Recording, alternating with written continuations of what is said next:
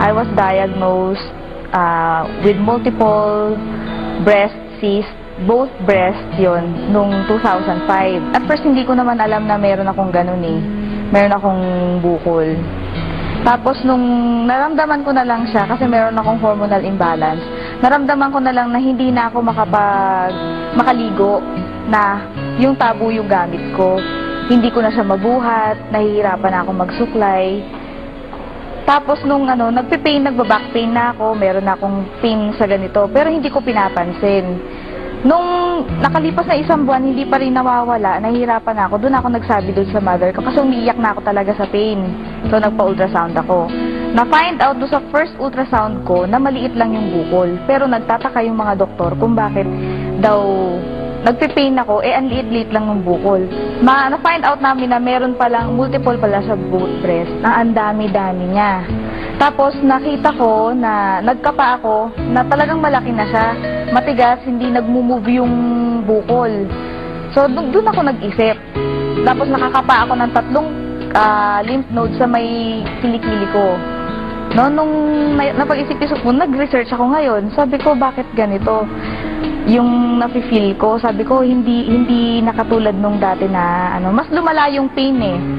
Hindi ko na siya, matiis. Nagpatingin ako ulit doon sa doktor. Sabi niya, nasa stage 1 to, sabi niya ganyan. So, advice nila, ipa-biopsy ko para malaman nila kung yung talagang bukol na yon, yun lang talaga siya, kung isa lang talaga siya. Tapos yung mga ibang bukol sa kabila na breast ko, kung malignant na rin. Sabi ko, natatakot ako. Siyempre, nag-work din ako sa hospital before. Sabi ko, ayoko magpa-biopsy. Tapos may pinatingnan na naman ako another doctor. Sabi niya naman nga, stage 1 daw talaga yun. Kasi nakita na nila yung itsura. So, doon ako naniwala. Hindi na ako nagpa-undergo ng biopsy. Binigay na nila ako ng medication. Sabi ko, hindi ko na-feel na yung medication na binigay nila sa akin, nagtitake effect. Nagpunta ako sa herbalist. Binigyan niya ako ng mga products ng herbal. Tapos, nag-undergo ko ng 1 year na puro vegetarian diet lang. So, binago ko yung lifestyle ko. Nakaigi naman yun sa akin, pero hindi pa rin lumiliit yung bukol. Nag-isip ako ngayon, sabi ko, ano kayang pwede kong gawin para totally mawala na siya? Kasi ang advice nga sa akin, i-remove eh. Siyempre, dalaga ako. Nakakaano naman yun, wala kang breast, kadalaga mong tao, di ba? Yun, frustrating sa, nakaka-depress, nakaka-frustrate.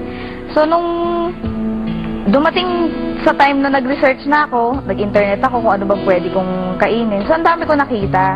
Nandun yung mga gulay, mga fruits, na ina-advise nga doon sa mga may mga breast cancer, na yun ang talagang dapat nakainin.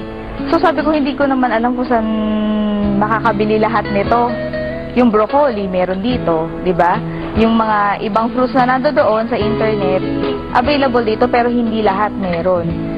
Doon ako nag-isip, sabi ko, paano ko makakain to lahat? At saka, mahal-mahal niya. Until such time na dumating yung yung kapatid namin sa church, na binibigay nga nila sa akin to, yung Alive. Ini-introduce nila sa akin yung Alive. Nung una, skeptic talaga ako. Tapos, nung pinakita nila sa akin yung pinaka-literature, doon ako nagulat. Kasi lahat nung ni-research ko sa internet na dapat makainin, nandoon lahat. Eksaktong-eksakto. Kaya sabi ko, wow, sabi kong ganyan, grabe naman to, sabi kong ganyan. Kung gano'n, hindi na ako maghahanap ng kakainin ko, pwedeng ito na, sabi kong ganyan. Nung coffee pa lang yung pinasubok nila sa akin, talagang sobrang sumakit, no? Nag-take ako ng coffee, di ba yung coffee natin meron ngang Alive? Talagang sobrang sakit niya. Napakapit nga ako sa sa wall, tapos pinagtatawanan nila ako kasi nga, sabi ng ganyan, yan pala nga tinitake mo, nagpe-pain ka na. Sabi niya, ibig sabihin yan, reaction. Which is alam ko naman dahil hindi na bago sa akin yung herbal. Nung nag-take na ako ng capsule, doon ko naramdaman na nakakaginhawa, nakakaigi. Hanggang sa nakapag 1 month ako, na-gradual yung pag-inom ko, hindi naman bigla. Kasi doon sa isang capsule pa lang na-feel ko na na merong may reaction ako naramdaman. Pero hindi ko ihininto kasi naniniwala ako na makakatulong talaga sa akin ng malaki. Hanggang sa nag-isang buwan, nagsabi ako doon sa mama ko, sabi ko, maganda ma, sabi ko ganyan kasi nalelesen yung pain, pati yung back pain ko sa likod, nawawala, sabi ko ganyan. Tinuloy-tuloy ko hanggang sa nagpatingin ako, tapos kinapa ko siya ulit. Yung bukol, maliit na lang. For 2 months yun. Kasi nagdag na 9 capsules na ako eh.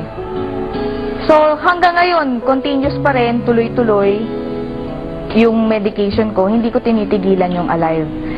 So, ngayon, maliit na lang siya.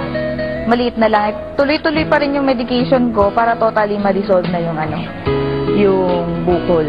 Malaking malaki po ang naitulong ng Alive. Sobra.